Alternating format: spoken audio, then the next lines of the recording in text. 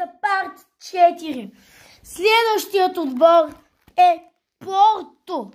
След него, който също се е завършен, след него е Спортинг Лисабон. И той е завършен. Това е бил най-първият отбор на Роналдо. Най-първия. Най-първия. Следващият е Реал Сосиедад, който пак е завършен. Реал Батис, пак завършен. Следва Салцбург, пак завършен. И за жалост Лацио не ми е завършен.